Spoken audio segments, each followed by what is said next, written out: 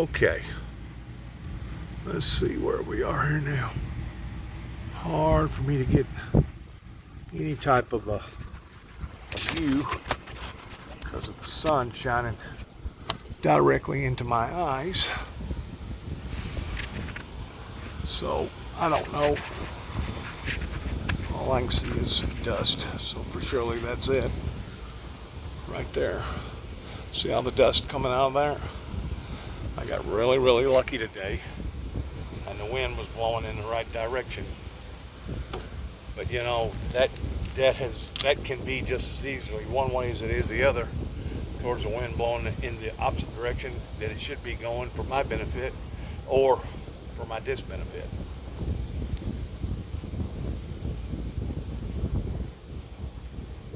I don't have a problem in dust because I realize that's part of the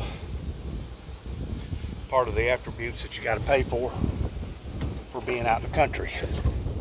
You know, whenever you live in the city, you got to put up with bus smog and taxi smog and all other kind of smog. So whenever you're out in the country, you got to put up with stuff too. And mosquitoes and varmints, raccoons, possums, armadillos, snakes, horse flies, etc., etc., etc. I guess what I'm wanting to document here, if I can, in regards towards what they're doing out here, is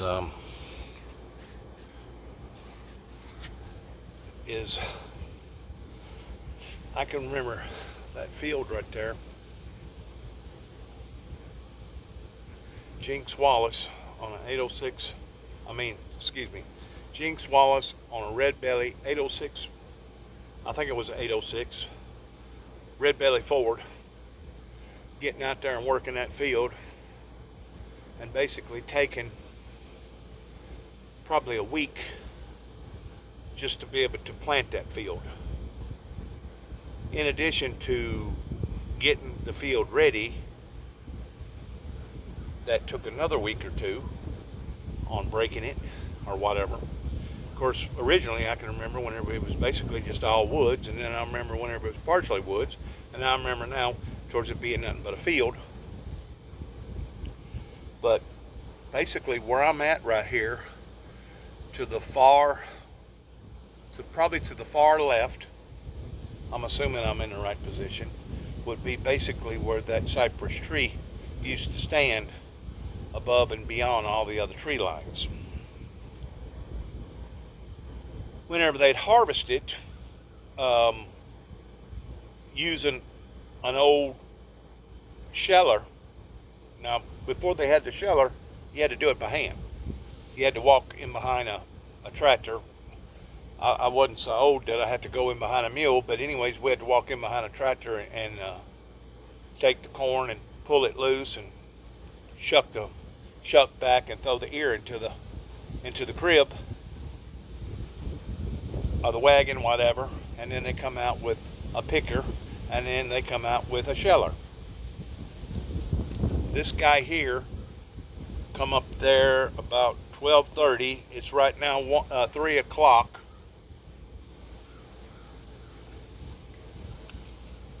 He has made maybe 2 or 3 rounds late yesterday evening, and I'm going to say within a matter of about an hour from now, maybe a little longer, he will be completely through with that field. To give you a basic idea towards how much modern today's farming in comparison to the farming that I was adjusted to, that I walked away from basically in about 1978, whenever I started working on houses, and then I went from working on houses to working on construction jobs. And of course, it was during that time whenever gas went up to the moon, threatening and telling people that it was a gas shortage. using that type of an excuse. And then the Carter era, and then of course interest jumped up. Farmers was already paying like 18% interest, and then they went from 18 to 22 to 22 to 24, and some of them, I was told, with penalties and everything, was paying like 30% interest. Basically shutting down all your mama, papa small businesses, regardless whether it was farming or retail or whatever. And that's whenever your big conglomerates come in and took over. And I feel like that's probably where they're heading with this today, because anytime that occurs, it creates a vacuum for the rich to even get richer. And of course, I'm pretty sure there's other countries that hadn't went through what we've went through, and we've seen it now happen in my lifetime probably 5 or 6 times, where the oil petroleum company would raise the price, and then they would bring it back down. They'd settle it back down, that way it didn't look so bad.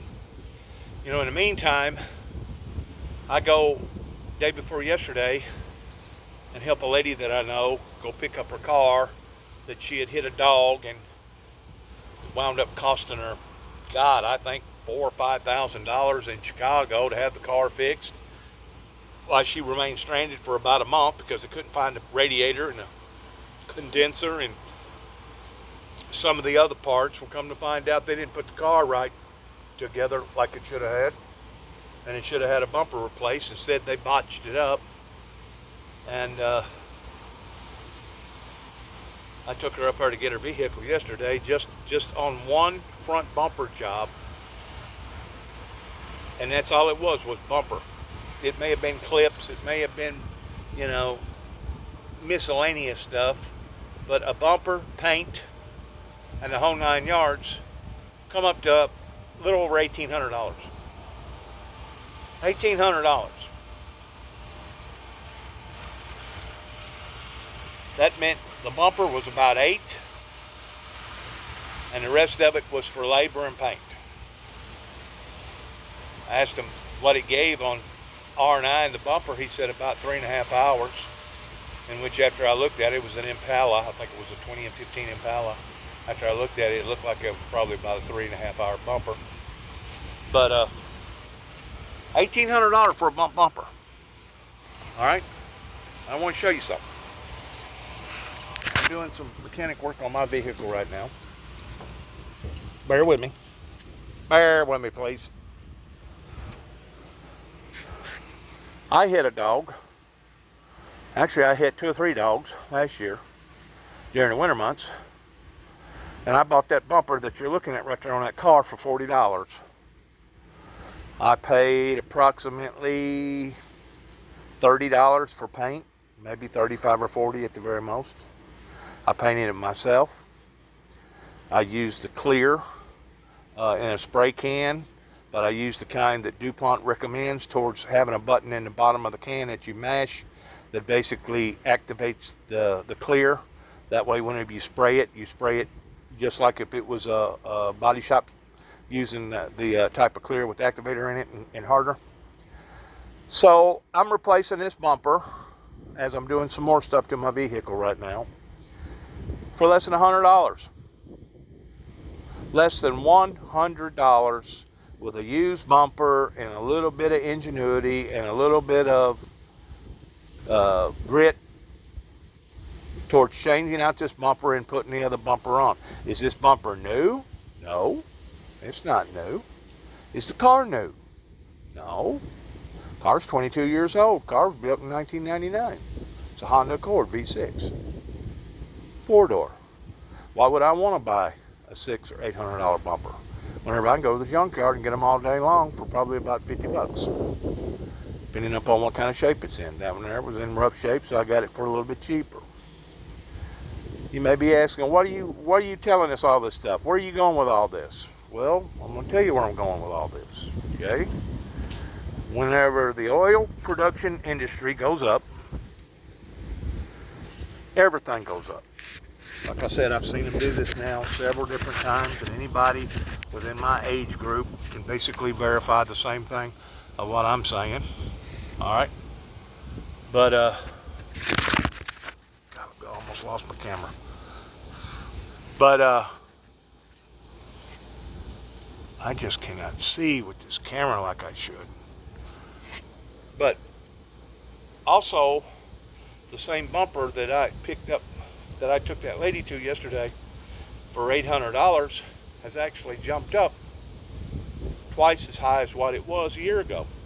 This time last year, you could have picked that same bumper up for about $550. You keep in mind, whenever the parts goes up, so does the profit go up on the part, because they charge a percentage, which is usually 25-30% off of the part. That means if it's a $1,000 part, they just made $250 to $300 on that part, just for handling the part. That ain't counting what the guy in front of them made on that part, and the guy in front of them made on that part, and the guy in front of them made on that part. Every time it goes from one hand to the other, everybody wants to make profit. And of course, the way the tax base is set up, every time it exchanges hands, you got to pay taxes on that same bumper. And that same bumper, you may pay taxes on that bumper 4 or 5 times before it actually gets put on a vehicle, with it being a used or a new bumper. So whenever prices go up, playing the petroleum game, profiteering goes up on your businesses, groceries goes up, shirts goes up, beef jerky goes up, material cost goes up. But usually 9 times out of 10, what don't go up is labor. That's where they have shafted the American people again and again and again. Unless you was fortunate and you did have your own business, or unless you was fortunate and you was working for some good people, every time the produce or the product goes up, usually the labor stays the same, or they may offer a 50-cent raise, or maybe a 75 or a $1 raise to make, kind of butter it up a little bit and make it look good. But ultimately, who's gonna come out on top? The business people, the 1%ers. Now, you take that combine that man's using, that he can combine this whole field, okay, in less than 5 hours. That at one time used to take at least 5 days. At least 5 days. And that's being conservative. He's got to pay a pretty penny for that combine to do that. That combine wears out, parts break, belts goes bad, bearings goes bad, wheel bearings goes bad, tires get worn out. A tractor tire is like $2,500 now or more. That combine is probably $500,000 plus. You may not can even buy that combine. That same combine new at $500,000. He's got to pay interest on that combine until he gets that combine paid for. Plus, he's got to pay the parts whenever the combine breaks down. Plus, whenever he combines that field right there, he's got to go in and pay in a certain percentage of the fertilizer and the fuel and the gas and the seed. And they kind of split it because he don't own the field. He's just kind of leasing out that field to work. But the owner of the field, he makes a certain portion. He pays a certain portion, but he gets a certain portion. But the man driving the combine gets a certain portion.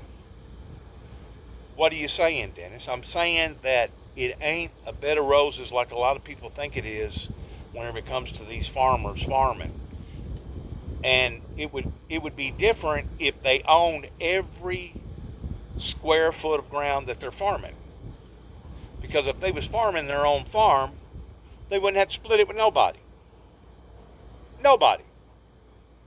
But the majority of these farmers in this particular area that farms are still farming on shares that they have to pay the owner of the property a certain portion. Of course, they balance it out some way or another with the seed and the fertilizer and all that. I don't know how they keep up with all that stuff today, like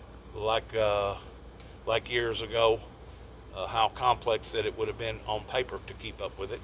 But I'm sure they do a good job.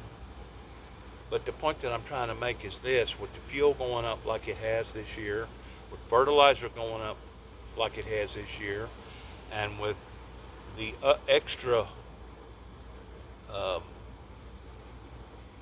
expenses that's went up this year, farming, for the most part this year, a lot of farmers are going to be lucky if they break even. This particular field right here done real good because they planted it at the right time, and it caught those early rains, boom, boom, boom, and it shot on up there, and it started germinating, and it produced pretty decent ears of corn, probably about 150 bushel, maybe 175 bushels for the acre in that particular field right there, which is going to be extremely good in comparison to a lot of them that's probably barely turning 100 bushel to the acre, or maybe even not even that this year. Once more, you got your high fuel prices, you got your high this, you got your high that, and I guarantee you, if their belt broke this year, that last year cost $200, this year will be $250, if not $300. So where is this all heading whenever it comes to our inflation and basically everything going out the roof? It's heading towards a recession that's going to eventually, I believe, go off into a depression. And we're already seeing depressions in some of these countries right now that is basically imploding the way that they are, that is basically going to cause an uprising in their own country to the point of a civil war, a literal civil war, okay? And it's really sad because we've seen the OPEC industry do this again and again and again. Now, America, because America is so strong, they can kind of absorb that lick a little bit in comparison to some of these other countries that are so poor they can't even hardly feed themselves, much less their own people. So what is going on right now with the war in Ukraine and what has went on with COVID has basically made a lot of stuff come to the surface to the degree that there's going to be a lot of people that's not going to make it. They're going to sift through the cracks. They're going to go belly up. They're going to foreclose. And of course, the rich get even richer. The powerful even become more powerfuler. The 1%ers.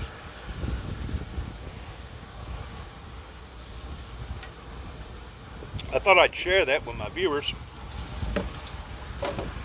That way they'd have some sort of an idea about what goes around comes back around. But whenever you have everybody pulling on the same factors, then the profit margin goes way, way down. Now, I know some people over in Kenton, Tennessee, that a lady just got through breaking her leg because she wasn't paying attention and she hit a bed railing, and she needs prayer really, really bad over in Kenton. And these same people, about a year or so ago, maybe 2 years ago, the woman fell and kind of halfway broke her hip, but broke that upper bone going into the hip. She's in pretty bad shape right now, so we need prayer for her, if you don't mind. But you know, these same people this year I come to, and I handed them the same package of paperwork that I handed another individual about 2 weeks ago that wanted to ask me how many times have they institutionalized me in how many states. And of course, me and him had a pretty in-depth talk, and I realized that because of his condition and because of the circumstances, he can't help me.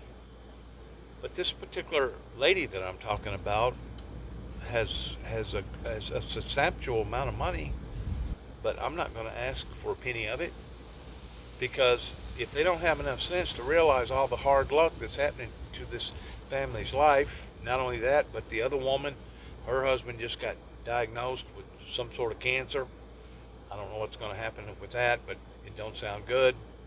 She basically had to quit her job she was working at.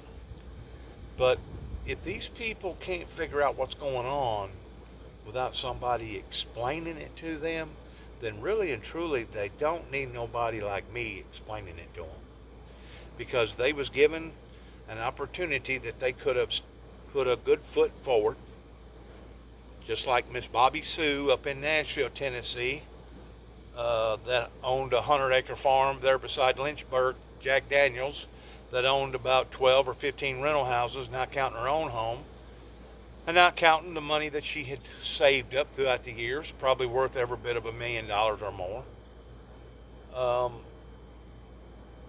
These people that's got this kind of money is like a game to them. Okay, it's like candy. You either got a full sack of candy or a half a sack of candy, but in reality, they didn't really have to work all that hard for it. To some degree, some of them did, but they was at the right place at the right time, and God's been good to them towards blessing them. Okay, but whenever they see people in trouble, countries, whenever they see situations that they could help in, pretending to tornado victims or whatever, and they don't help, and they could, I guarantee you those same people are going to pay the ultimate price for not extending their hand of gratitude as the hand of gratitude was extended to them. Miss Bobby Sue, she basically died about 1.5 to 2 years ago of COVID.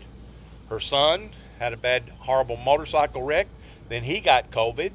I don't know if he's living or not, but it sounds to me like that he was in such of a shape that it could be debatable or whether or not he's even living right now or not.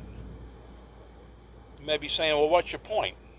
My point is that I have come across so many people that they could have extended their gracious hand out to me and said, Dennis, we're going to support you. We're going to help you. We're going to help in your calling that God has laid up into your heart. And we're going to help to be a sponsor or a financer on your behalf.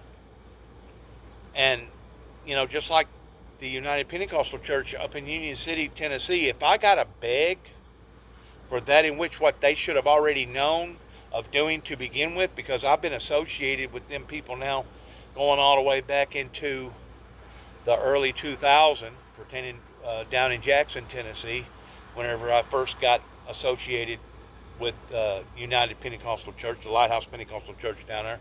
If they actually have to have a roadmap of somebody explaining to them what needs to be done, then I'm not the one that's going to give them the roadmap. Now, I have tried to unify the people. I've tried to rally them. I've tried to tell them.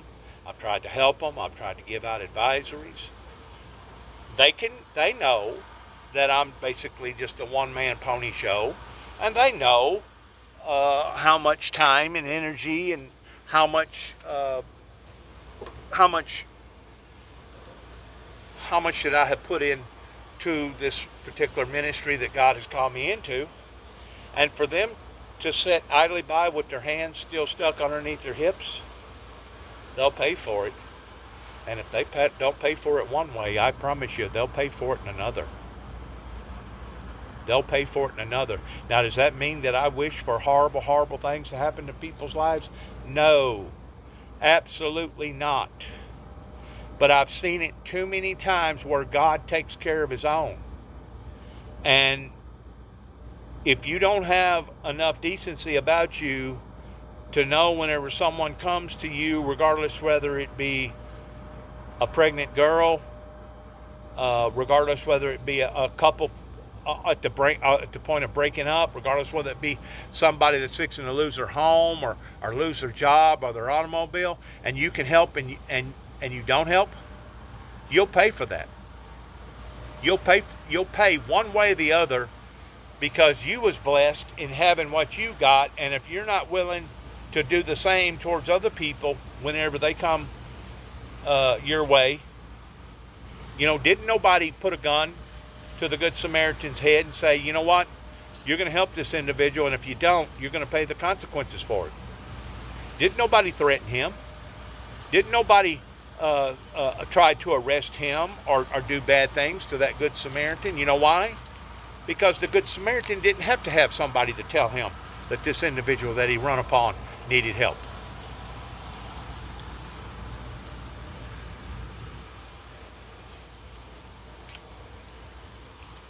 There's a lot of people that's going to pay for what didn't happen that should have happened, going all the way back 30 plus years ago with the Windmill Ministries missions, that even to this day I pray for. I really do. Just like the people over in Kenton, Tennessee, I pray for them. I really do. I pray for their husband. I pray for the little lady that I handed all that paperwork to, and basically she looked at me, she said, in handing it back, she goes, well, they was after you, wasn't they? I go, yes, ma'am. And I let her know what my intentions was toward trying to get somebody to help me and sponsor me so I could put it in a book form. Not one time did she offer, not one penny. So the problems that she's enduring and the problem that the family's enduring inevitably will cost. And if it don't cost in one way, it will cost in another. Just like the little lady in Nashville, Tennessee, Miss Bobby Sue, that I prayed for every day, and it hurt me so dearly whenever I heard about her death during COVID, when everything was basically shut down. And I can look back and I can see other situations with other people to where they didn't do the formal or the informal right thing, and because of it, even though God had led them in a degree of convicting their heart to do something, and they still didn't do it, they're going to pay the price if they hadn't already.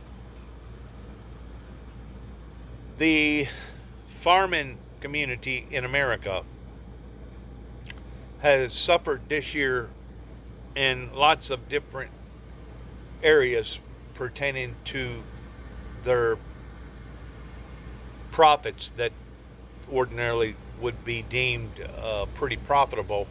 And I've been told for the most part, farmers for the past 5, 6, 7 years have done pretty well for themselves. Bumper crops, parts was halfway reasonable, fuel was halfway reasonable. This is one of the first years that's caught up with them now in the past 7 or 8 years that now they're paying for.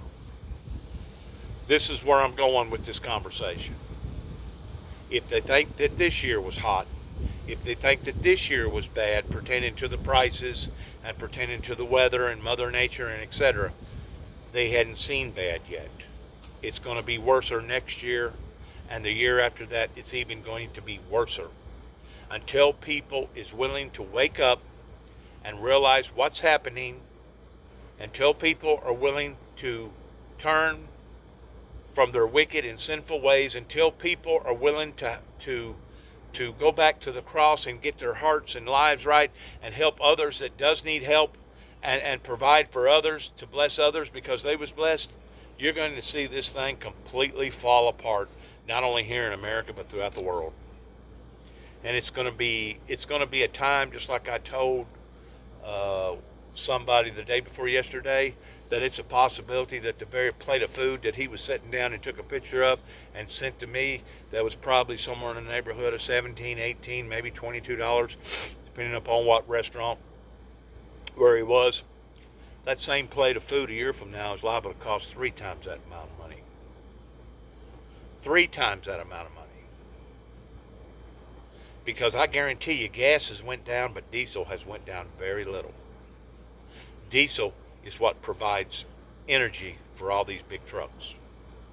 Diesel is what they put in the locomotives. Diesel is what they put basically in your big boats and your freight liners. Diesel has not went down, but just very, very little. So you wonder how come the price of your groceries are still high. You wonder how come the parts and etc. are still high. It's because of the fuel on diesel. And at one time, diesel used to be cheaper than gas. It was considered a byproduct. Basically, the stuff that settles to the bottom of the barrel that didn't have to be refined near as much. And because it didn't have to be refined as much, it was considered to be a cheaper product. Today, because the demand went up on diesel, oh, don't you think that these petroleum industries ain't taking advantage of that towards their own personal profit? Did you know that Exxon and the oil industry made more money in the last 2 quarters than what they've ever made in their entire lives? You know why? I'll give you 3 guesses and the first 2 don't count. For the American people and the world to sit back and tolerate this type of a game that's happened again and again and again and again, that's basically ruined mama papa businesses and ruined people's lives, put them out on the street, caused them to be late on their payments, couldn't keep up with their credit card payments, couldn't keep up with this, couldn't keep up with that, should be against the law in how that they can jab people and take advantage of people, not only here in America but throughout the planet. It wouldn't be no different than it would be for a hurricane that's brewing down at the Gulf right now. That's going to hit somewhere around in Florida, they believe. That was the latest prediction that I heard. And me all of a sudden get a freezer truck and grab up about 5,000 bags of ice and head down to that area because I know the electricity's going to be out and people's going to be in dire need, and drive down there and pop a sign on my truck, $20 a bag for ice. You know what would happen in the state of Florida if I was to go down there and try to jab them people that way? I would go to jail. I would go to jail, and they would tell me to go to hell, okay? And then they would take my ice, take my truck, and it would still end up costing me a great deal of money because they will not tolerate somebody taking advantage of people in an emergency situation. Well, if the things that the world has recently went through pertaining to COVID is not an emergency situation, I'll kiss your tail and give you just about 30 minutes to draw up a crowd if I'm wrong. But I know that I'm not wrong. And because I'm not wrong, that makes me right. And because I'm right, what's my point? My point is this. The war in Ukraine helped to destabilize a reason in behind the OPEC oil industries towards raising the prices up the way that they did. That was basically nowhere for any American president or any other politician to control. And basically they jacked the price up out of fear, out of greed, out of whatever. And now the whole world is paying for this particular move. If you'll topple that with the grain prices, the fertilizer prices, and the shortages, and etc., now you got a calamity that has reached into an area of being a world phenomenon. A world phenomenon towards people suffering. A world phenomenon as far as people going backwards. A world phenomenon as far as people losing their shirts. Once more, the poor will fall through the cracks while the elite and the rich come in behind them and scoop up those opportunities, and the next thing you know, they'll start making money again off of other people's problems, off of other people's misfortunes, and off of other people's bad times. How come our government won't step in whenever you have all these other people that are obviously gouging, but they won't? They'll interfere. Either state or local government will interfere with somebody going down to a hurricane ravaged area and try to take advantage of people, in selling them a bag of ice that shouldn't sell for no more than about $3.50, $4 a bag, go down there and start selling it for $20 a bag, because that's considered gouging, they arrest them people and put them in jail. How come they don't arrest the oil companies? How come they don't arrest all these other big conglomerates that has brought us to the point of where we are right now? How come? You know why? Because a great deal of those politicians that I'm talking about, they made just as much money off of profiting off of other people's handicaps and off of other people's bad luck as the oil industries themselves did. And some of them even had a great deal of stock in the oil industry, and why the petroleum industry was making all kinds of profits, so was they. This is part of that system that Donald Trump was talking about that needed to be drained. The 1%ers, the rich getting richer, while the middle class and the poor class struggle and sift through the cracks, while others take advantage of it. Just like if you was to take a truck down in Florida and start selling bags of ice for $20 or $25 or even $100 a bag of ice, they'll arrest you for that, but they won't go after the conglomerates pertaining to the oil companies. They won't arrest the big farmer. They won't arrest all these other people that are gouging the American people and basically destroying their lives, causing them to lose their farms, causing them to lose their businesses, causing them to lose their lives. And this is supposed to be a government for the people, by the people? Whoa. I either missed something somewhere, or this thing is nothing but a total sham from the front end to the back end, pertaining to how that our government official spews out one thing, but in reality does just the very opposite. Once more, what did the Indian have to say about the white man? White man speaketh with forked tongue. White man says one thing, but white man turns around and does something totally different. So that's where we are on a Sunday, September, I don't know, maybe the 24th or 5th. This month is almost out. We're probably looking at October within the next week. Right now it's probably about 85 degrees, which is fairly nice because the humidity has dropped here. Yesterday was, I think, a little bit warmer.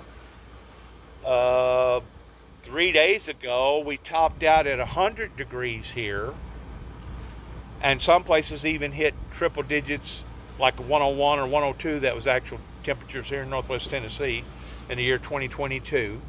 And yes, I can go around and start videoing pond after pond after pond, water reservoir after water reservoir that's low or depleted or getting even lower.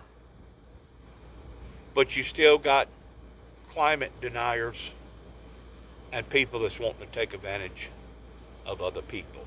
If this does not come to a halt, if we the people don't straighten this out, clean this out, I'm just afraid that these calamities that we're seeing hasn't even touched the tip of the iceberg yet towards what we're actually going to see. Super, super sad.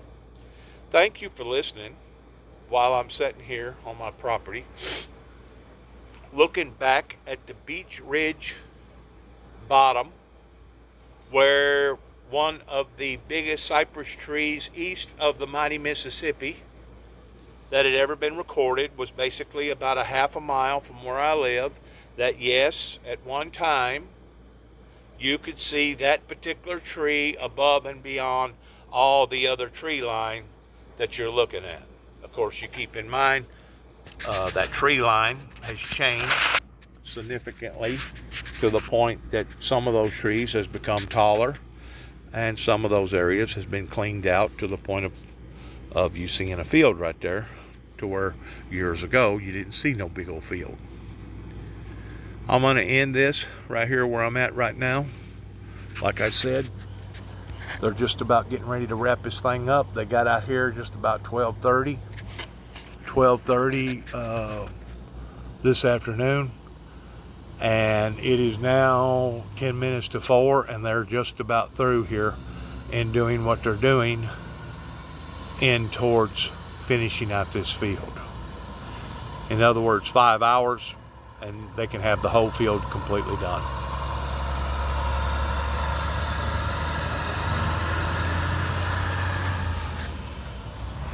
They pay the big bucks to do the big thing, but man, don't they pay for it if everything don't go their way, pertaining to the fuel prices, the gas prices, the parts prices. The profit margin goes way, way down. Thanks again, and good luck to all of us as we end the program by saying, God bless you, God bless America, God bless our troops, and shalom.